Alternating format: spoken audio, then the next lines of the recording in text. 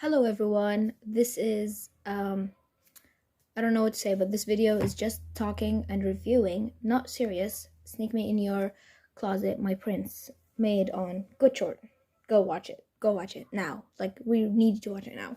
So I've never done any of these before, so I don't know how these things kind of go, the reviews. But anyways, hi.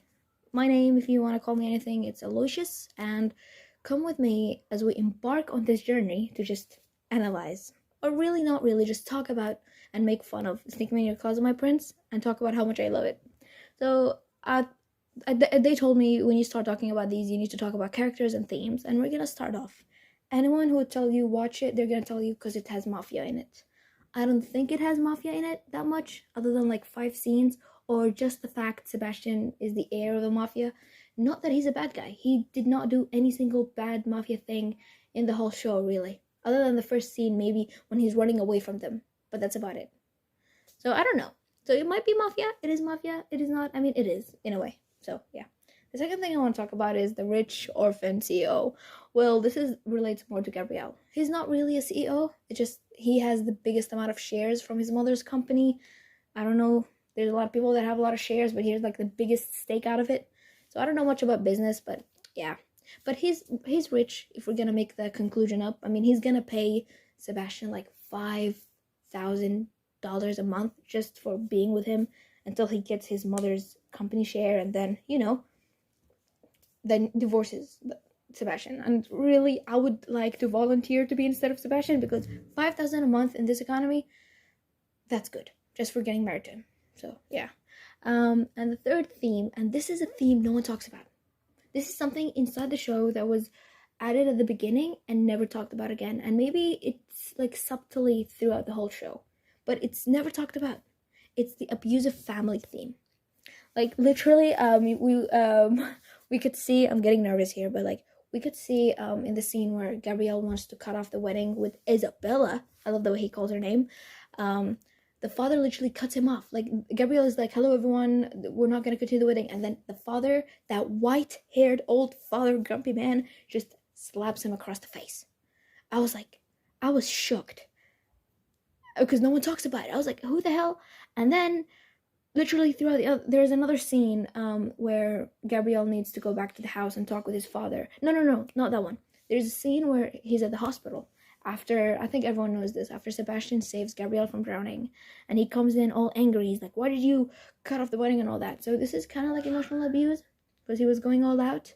And yeah, I hated it. And also, the thing is, not only did I notice it, Sebastian also did. We could hear his thoughts in the scene when they made it, and how he was like, I could not believe they're treating Gabriel like this. Like, even Sebastian was like, how could you treat such a nice and cute boy like Gabriel like that? And the third scene, which has like another fourth scene in it, is very important. It's the one that shows the abusiveness of it all. Is when Gabriel needs to go back to the house and talk with his father after he announced he was gonna marry Sebastian. The father starts getting all angry, and he's like, how could you marry that gigolo and all that? I'm like, can we first of all talk about the gigolo thing? Like, why are vertical dramas obsessed with bullying names that has been used like 40 years ago? Like, no one uses these insults or slurs. Like, is gigolo a slur? I don't even know. Like, no one uses them right now. Like, who do you think watches your shows? Grandparents? Like, what?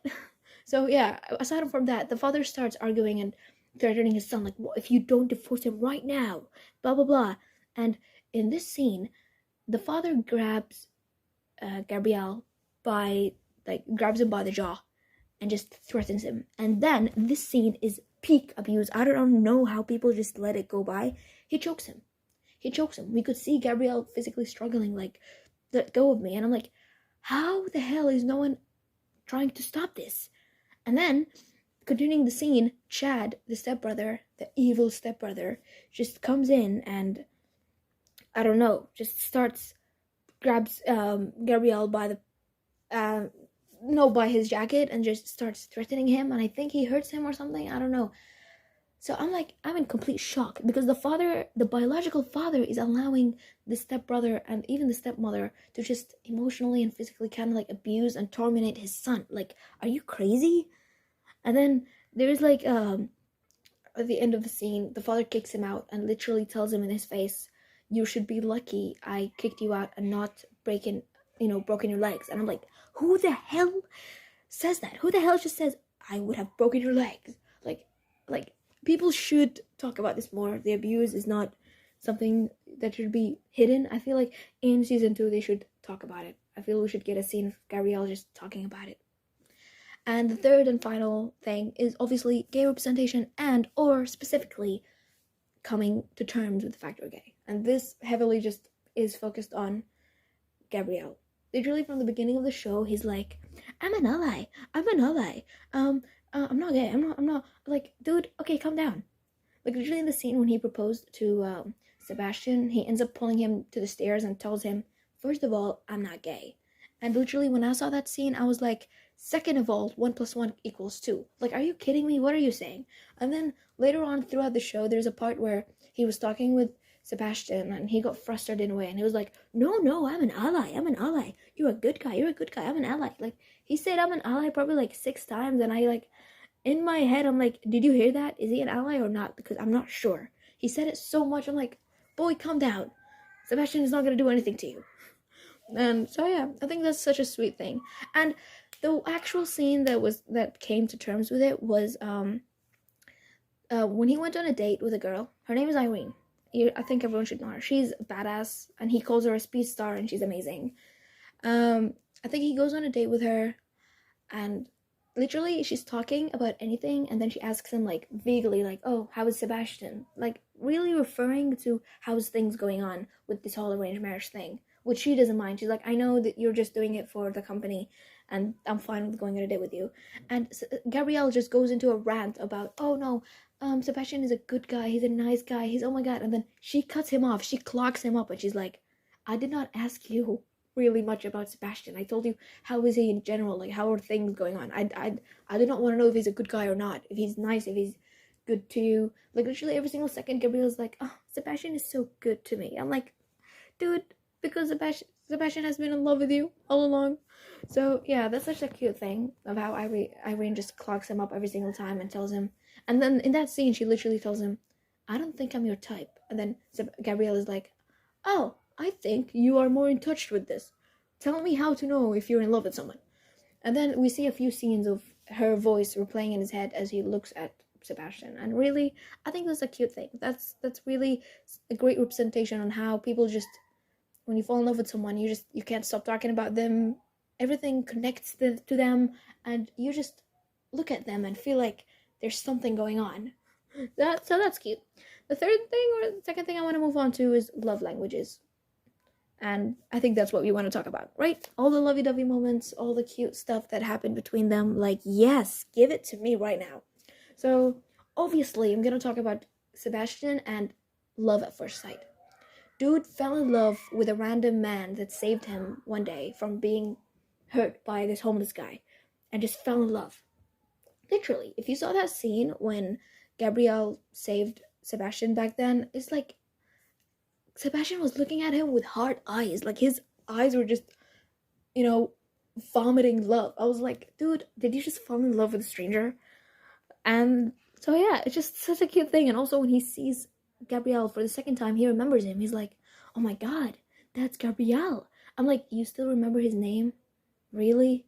Like, how in love are you, dude? Like, even Gabrielle does not remember him. Gabrielle sees him the first time in his closet and he's like, are you a perv? What are you? What are you doing here? What do you want? Money? What do you want? Like, Gabrielle himself does not remember him, and there is Sebastian being a whole simp in love. The second thing I want to talk about is love after marriage, and this implies, I don't know, vividly maybe, or just there for Gabrielle. I mean, after they got married, even though it was literally just a flash marriage for work and that kind of thing, but he fell in love later on. Later on throughout the marriage, he fell in love. So I just wanted to put that in. Third part, really, this is what Goodshort labeled the series as. Like, Goodshort labeled it as second chance and flash marriage. Flash marriage, obviously, we know it is flash marriage. But second chance, I don't know. Is it really a second chance? Maybe a second chance in when Sebastian fell in love with him the first time and then saw Gabrielle again and fell in love again. But he has always been in love with him. Or is it a second chance when there was something at the end of the show. I don't want to really spoil much, but at the end of the show, something happens, and after they have gotten together, they've broken up again, kinda, and then they got back together, all in the span of like 5 minutes. Don't be scared. Like, the show is really comical in a point, and I love it. So yeah, is it really a second chance? Maybe. And now I'm just gonna talk about love languages for real now. Like, I'm just gonna talk about how they just love each other and the cute scenes that I've noticed. Act of service. I would like to add first of thing, act of service. I mean, ad. I mean, it's literally an ad show. So the act of service part, yeah. In the beginning, Sebastian literally just said, when Gabrielle proposed to him, he said yes. Like, I think that's the biggest act of service there, because like, he was willing. He's like, I know he's not gonna fall in love with me. I know he hates me because he hates the Brooklyn Mafia. Like, the first thing that Gabrielle said to Sebastian was like, I hate the Brooklyn Mafia, and Sebastian was like, hell nah, he's not gonna love me. But he ended up doing it anyways. So, act of service because Sebastian sacrificed his heart and knew he was not gonna go anywhere with this relationship, but he wanted to help Gabrielle out because his family sucked and his father was abusive, and he just wanted to help him out. That's like the biggest act of service I've seen throughout the show. Also, a lot of other act service that a lot of fans pointed out was Gabrielle cooking a lot of beautiful food. He literally made taco sushi, and I'm impressed. Dude, you cannot make that just for breakfast. So yeah, I mean, cooking. And there was a very, very, very cute scene after they got married and all that, where Sebastian was trying to tie his tie, and then he couldn't. Literally, like, you would be confused, but he couldn't. And then Gabrielle just laughed, and he was like, well, we found something you're not good at. And then he knelt down in front of him and just tied his tie. And I think that was so adorable. I'm literally like, I was kicking my legs, I was blushing, I was like, I wish I was a dude who wears ties so that someone could just tie it for me. So that was really cute. And the hard eyes Gabrielle was throwing without even realizing he was in love with Sebastian. Gabrielle has always been looking at him like that. Like, he's such a sucker for Sebastian. And one of the last things I want to talk about, no, not one of the last, yeah, touch.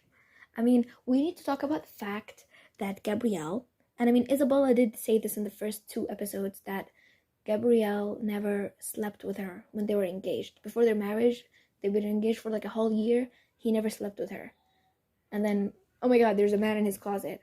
So we need to realize the fact that this implies that Gabrielle has been celibate for a whole year. But then the moment he got together with Sebastian, later through the story, they fell in love. He could not let go of him. Dude, every single second was like, do you want a second round? Holding him. And then there was that cute scene where they were playing basketball. I think this also adds to quality time. They like playing basketball. Yeah. So they were playing basketball, and just after coming back from their date, that's also another quality time thing. They're just very adorable.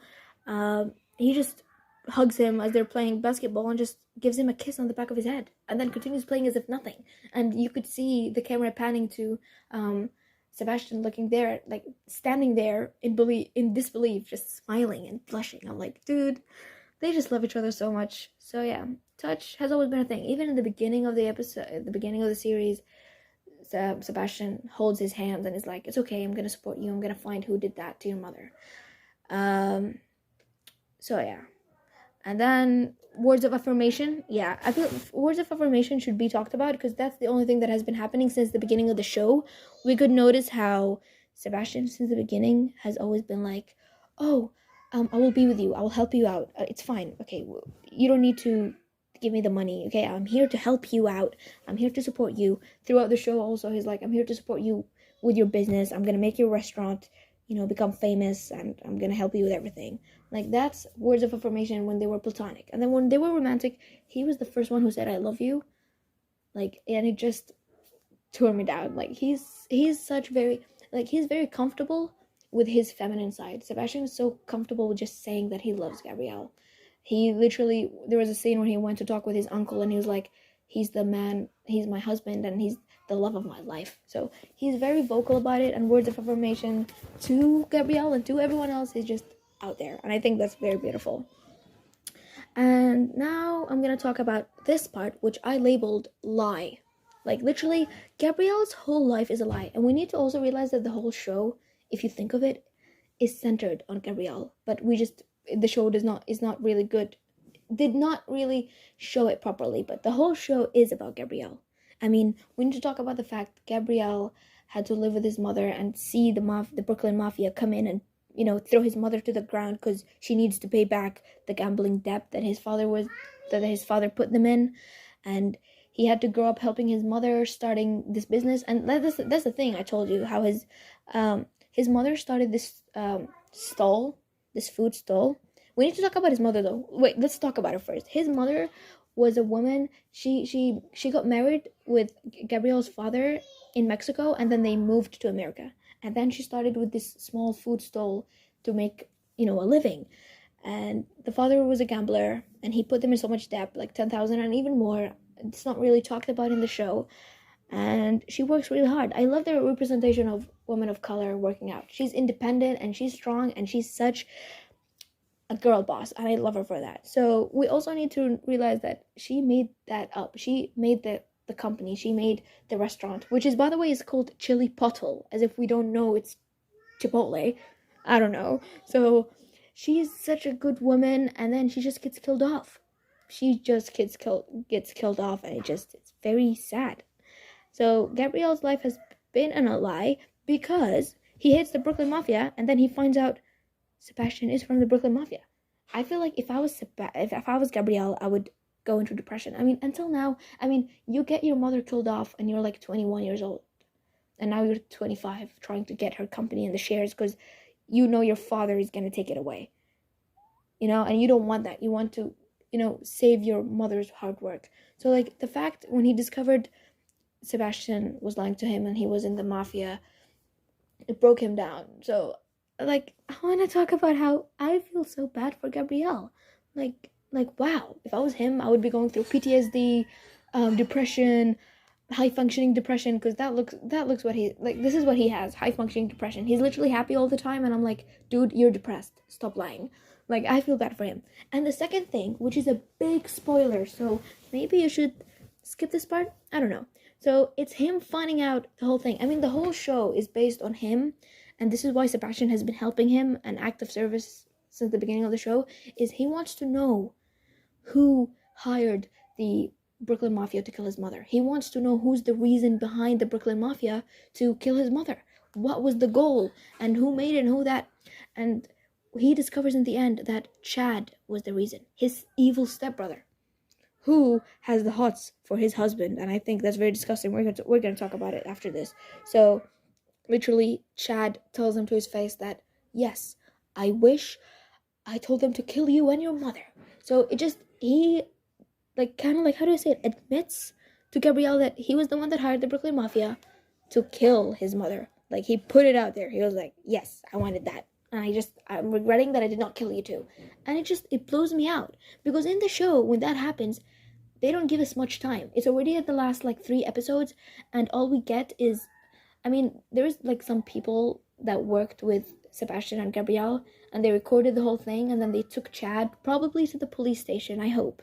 And then it just goes to Sebastian and Gabriel hugging each other, and then cut scene, final episode, it's just them making out. Really. And it bums me out because, are you kidding me? Gabriel finally got the answer he wanted. He got the answer on who did it. Who was the reason his mother got killed. His own family and all that. And you're telling me the show did not waste even 1 or 3 minutes episodes of Gabriel crying, maybe, talking about how he never expected it to be his own brother, stepbrother, and everything. Like, I hate how the show brushed it off. Like, come on. The whole plot is finding out who did it, who killed his mother. And when we do, all you give us is just Sebastian and Gabriel kissing. Like, you should take this seriously. I know you're trying to promote this. It's a vertical drama. It's not serious. You're trying to get, views and all that. But, like, come on. You could have worked a bit harder to make maybe an extra episode of Gabriel talking about it with Sebastian. And we also need to talk about the fact, how the hell does Gabriel just forgive Sebastian like that for being in the mafia? Like, come on. Just give us another scene or two of him talking about the betrayal that he felt from his stepbrother, the fact he got his answer now. Can we talk also about the fact that my husband is in the Brooklyn Mafia and how Gabriel is going to come to terms with it? I hate how they just don't talk about it in the show. Every single time something serious happens, they just give us a kissing scene. And I'm like, I'm starting to hate it. And now I'm going to talk about something. This is maybe the last part. Yeah. This is something very triggering. Like, I'm going to put all the triggers out there possible. And I'm just going to also add trigger warning SA. You know what I mean. So, no one points this out. Like, even people who've watched the show, they don't care about it, or they just scroll by the scenes. And the SA happened like 4 times in the show, Sebastian being SA'd. And as I mentioned before, didn't Chad have the hots for Sebastian since the beginning? Like, since the beginning of the show, when he first saw Sebastian and they thought, in the hotel, that Gabrielle was having an affair with another man, he even thought, he was like, wow, you're lucky, Gabrielle, you got yourself a handsome one. Like, since the beginning, he's had the hots for him. And I'm gonna start by breaking down the scenes. So, other than the fact we all know that Chad just had the hots for him, there's a scene where they meet in a conference room. Sorry, there was a cutout.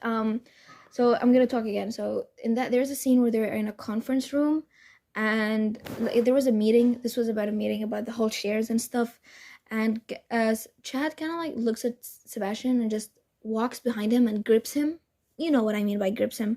And then literally like Sebastian says in his face, "What are you doing?" And Gabrielle, comes into it, and he's like, "Don't touch my husband," and all that. Also, I want to talk about the "don't touch my husband" part because it's so hot. Like, literally 3 times where Gabrielle says, "Do not touch my husband," or the part where he was beating up Chad later on in the show, "Don't you dare touch my husband." Like, this scene is very famous. Like, it's very famous in the fandom, and I think everyone should print it on t-shirts. "Don't you dare touch my husband." I swear, we should make t-shirts. We should. So yeah, that's one scene. The second scene is they're in a restaurant, and literally Chad comes up and tries to like pay something or whatever, gives a card to a waiter, and he literally whispers weird stuff into Sebastian's ear, and it ears me out because how it happened 2 times and the show still does not talk about it. But I love that part because Sebastian ends up punching him and calling him out in front of everyone. He's like, "Don't, keep your hands to yourself, you disgusting person," or whatever. I don't want to curse on this video, so he does call him out, punches him in the nose until it bleeds, and calls him out. He's like, "Keep your hands to yourself, you disgusting piece of blah, blah, blah, blah." So yeah. And the final scene, which ears me out a lot, it scares me because Chad was actually made an effort to kidnap Sebastian, but the people kidnapped Gabrielle by accident, so he just let it go. But then he did not let it go.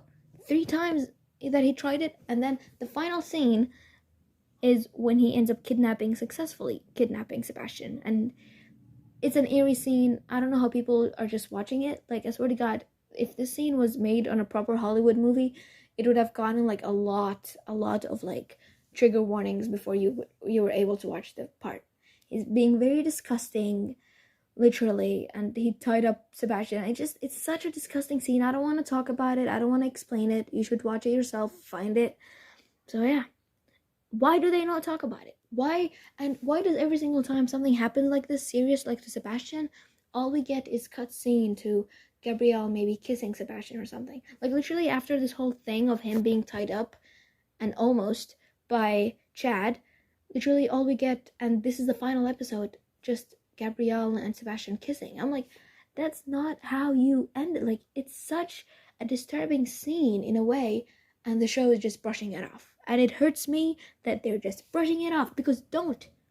It's such a serious point, and the actor did a really good, job at portraying Sebastian dissociating. Like, in that final scene, he was literally on the chair tied up, but the actor showed how Sebastian was dissociating already, going out of it. Like, he was maybe panicking, maybe going through an internal panic. I loved how the actor played it off. So yeah, that's really all I could make for the whole show. That's the whole review. And I know it ended up on a bad note. It started off cute and ended up kind of like serious, but I just had to put it out there. But anyways, I want to also talk about the actors. They did such a good job. Ubiñas is a great actor. You should check him out. Watch his works. He has The Last Gasp on YouTube. You could watch it. 5 out of 6 movies. They are award-winning movies. So go check it out. Like, he is a really good actor. He graduated from Harvard, guys, okay? So he's a really good one. And the second one I want to talk about is Ramiro Leal, the one who plays Sebastian. And it's so good. He's just so good. He's so good. He's literally, he is in like 3 feature-length movies. One which I watched when I was young. I did not know this, but I watched it when it first came out on Tubi back then when I was still young. And when I was young, because like maybe 4 years ago, the movie came out 4 years ago or something, or 3. I was still young back then, mind you. I'm just right now growing up, so I think it was called The Apocalypse of the Ice Age or something. You should check it out. It's a really good film, and he acted real good. So he's in feature-length movies.